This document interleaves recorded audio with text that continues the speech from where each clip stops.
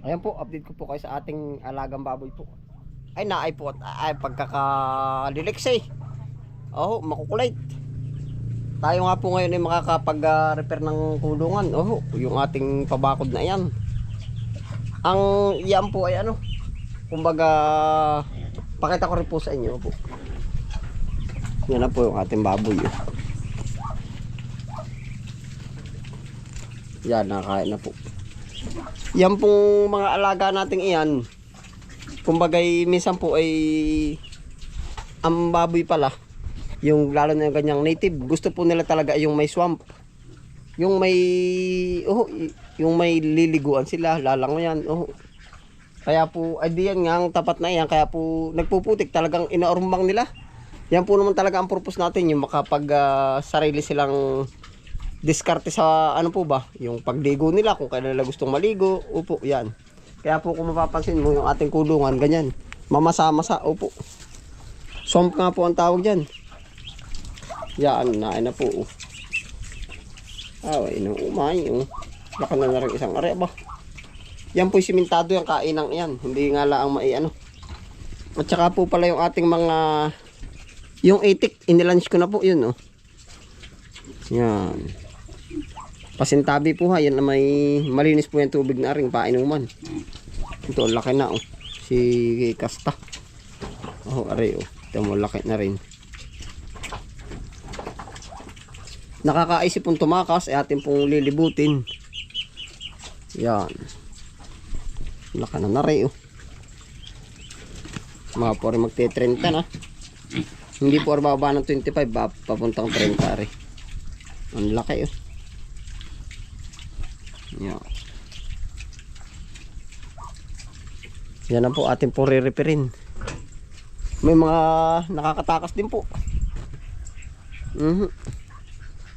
May part pong gusto nilang butasin, may part na hindi. Kamukha po nito, ito hindi nila talaga ginagalaw yung side na yan. Pero dun sa mga gilid na yun, kahit mas mahuna ito, hindi sila pumupunta dito. Talagang pinipilit nilang gibain yun. Yan, tapos sa pakain po naman yan. Yan po mga available dito sa atin. Talbos balinghoy, talbos kamote, katawan ng saging. Tapos yung mga spinat, mga mustasa. Yan na po ang ano natin sa ating alaga po. Dito ko po inilalagay at gawa ng para hindi sumama sa maputik po ba. Pero yan po may mga tira pa rin. Dahon-dahon lang ang kinukuha nila. Para po nangungumay din. Yan, tapos isawa sila pag hulog ang bunga ng mulberry. Yan po ang kapal ng bunga Pakita ko po sa inyo. Napakakapal ng bunga ng ating mulberry. Yan, ang nakikinabang po nito ay minsan baboy, minsan itik. Yan. Ito na po ang ganap minsan tao, ibon, yan, ang dami po. Ang laki po ng purpose niya sa ating kulungan, yung mga kakahuyang iyan. Unang-una po, nagiginhawahan yung ating mga alaga pagka yung tag-init. Pagka taglamig, nakaka-protection din po iyan sa hangin. Marami pong purpose. Yan. Kanina po man din ay nakatakas yung ating alaga. Pupuntahan po natin yung yung kanilang mga pinuntahan po doon.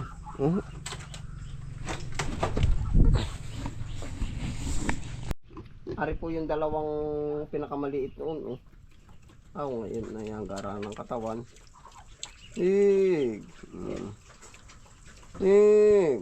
Yan, ang puti Yan, Yan, ang dorong puti. May itik pa Aray, sakit Nadali na naman ako, nakakauntog aray. Nakatingin tayo. Pagdaan ay sa pool. Nakakauntog, nauntog tayo ng kundol. Yan, di po dumadaan sa likod. Yan. Dini. Ito po yung likod ng ating kulungan Yan. May tinatawiran sila dito.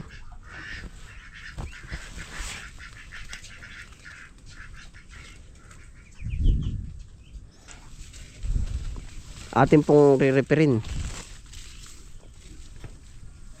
Dini po, parang dito tumatawid sila. Yan. Dini. Mapuno po yan loob niyan. Oh. Yan, pansin niyo po. Aray, sakit eh.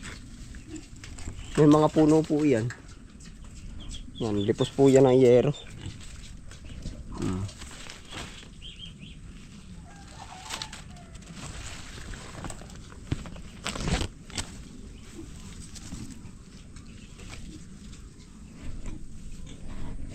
Nakatakas po kanina ay medyo nakakangalos yung pagtakas nila. Yan po pati edi ngayon ko lang ibinidyo na may takas. Pero sila po parang nakaapat na takas na. Oh. Areho ang binanata na yan kanina. Oh. Pansinin niyo po yan. Oh. Winasak itong taniman. Oh. Yan. Oh, talagang inubos. Oh. Yan, winasak po ng baboy. Bali isang plat na sayang din. Oh. Sa sobrang taas po ngayon ng gulay. Ito pa man din yung inuuli. Yan. Tapos nag-uli rin po dito sa sibuyasan. Yan dito. Yan mga pinag-apakan nila.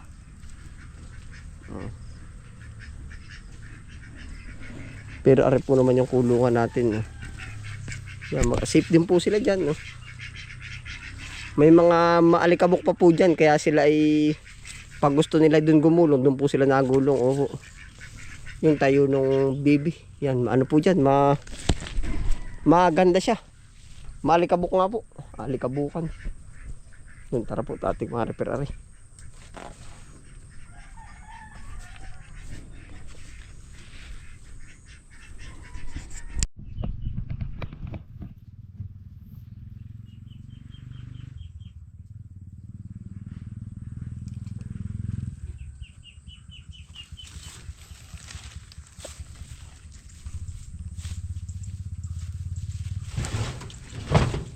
Hindi na po tumatakas. Yan dyan.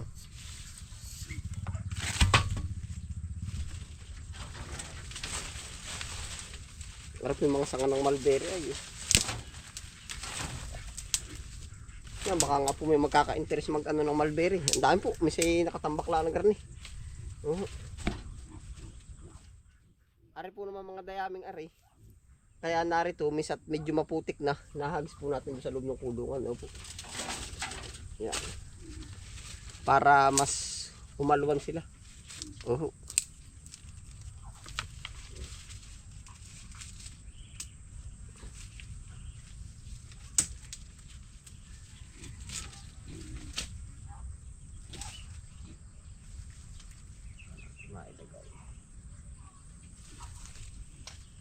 Repair kawayan lang po ito. Repair kawayan.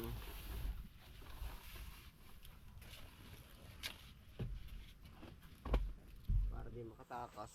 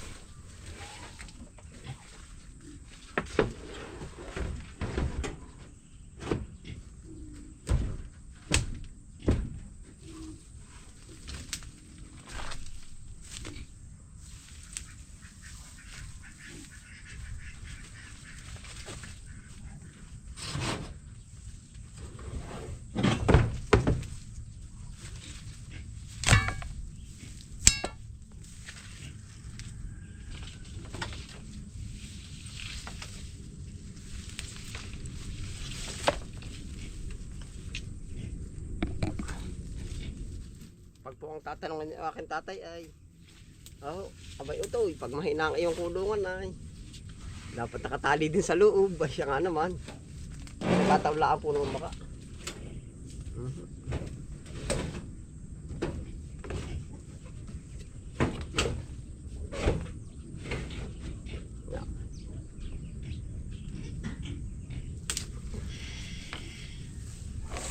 Kasama po ito sa paglaki po kung ating tutusin.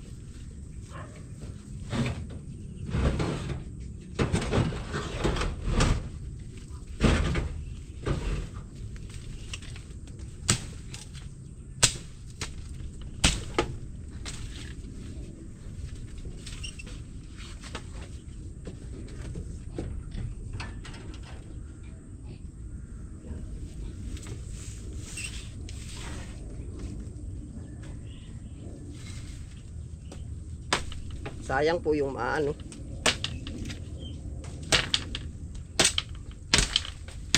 Masisira na halaman eh ang medyo nataas na po pamandin ngayon.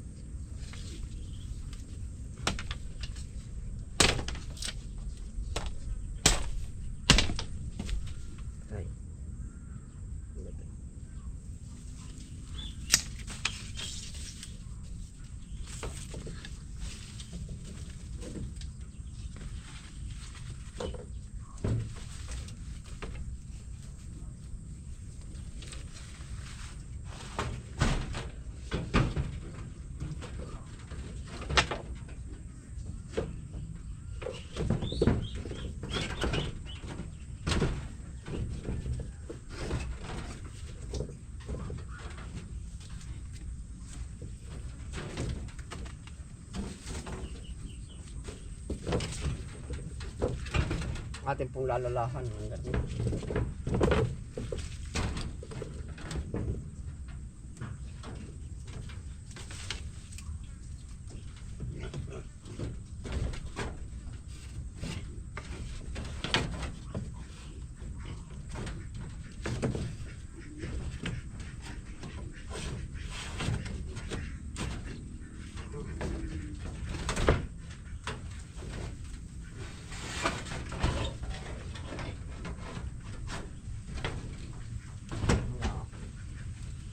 para hindi siya makatakas.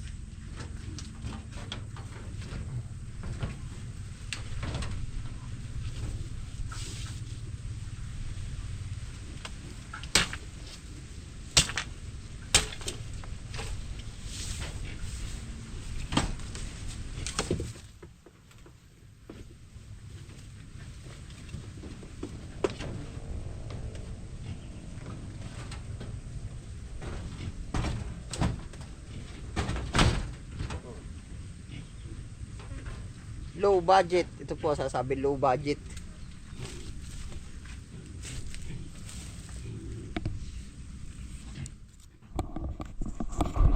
Yan na po, nagkakahit-switch rin na. Oh. Yan, dyan po tumatakas. Ay, dudublihan po natin para hindi siya makaahon.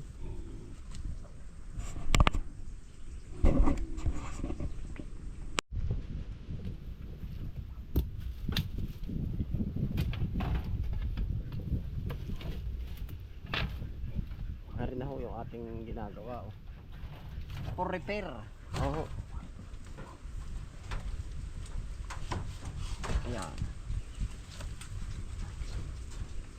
Ako din ninapatawa noon. Ayun. Nung tayo po sa auto supply pa. Ay di tayo pinabiling piyesa ano. Di po ba't minsan ay ang gawa natin gamot kabayo. Opo, yung sa ibang alam yung gano'n. Kumbaga yung makauwi lang. Kung ano na yung mga tali-tali ng kawad. Ang sabi ko, meron po ba kayong ganar eh? Ay nakita niya may tali yung sampol na aking pagpapalitan. Sabi, ano ba ito? Wala kami nito ah. Biro laan po naman eh. Binibiro laan po naman ako. Yan, shoutout kay Kuya Musi. Ay, walang hiya ka-spray ay followers din po natin. Ay, made in Italy ito ah. Sabi, made in Italy bang? Ayan, hindi mo kita. Puro nakatali. Yung pala sa made in Italy daw, matibay. Ay, yung pala yung sabihin nakatali. Sabi yan ng original, made in Italy. Yeah, shout out po. Palay kabisprin. Napatawa din naman ako ay. Matibay-tibay na po ari, hindi na maaahunan. Talaga nakaka ano din po ay pagka yung dumating yung time na ganun ba na masisira ang ating gawa. Ayos na yan. Yan. Hindi ni dumadaan. Hindi na sila makakadali dyan. Oh. Puro tali. Oh. Pero matibay na po. Oh. Matibay ang pagkatali. Yan. Naay-ngayos ay nag-ano na ata yan. Oh. Sulsog na sulsog. Yan na po yung isa. Oh. Sinususog na agad yung mga gilid. Oh. Yan ano ka dyan. Yan. Susog na susog po. Oh.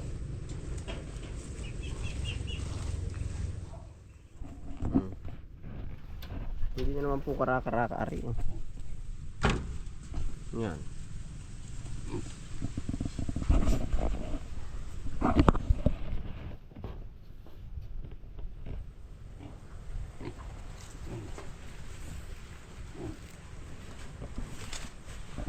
Tatali po natin.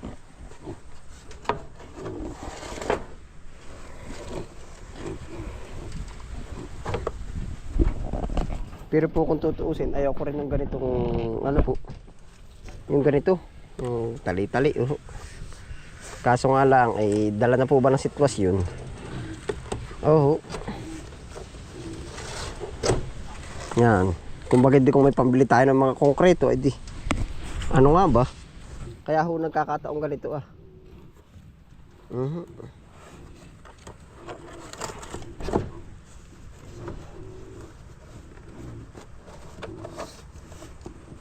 Kaya po minsan hindi rin natin masasabi nga mga kalagayan ba. Tatali natin.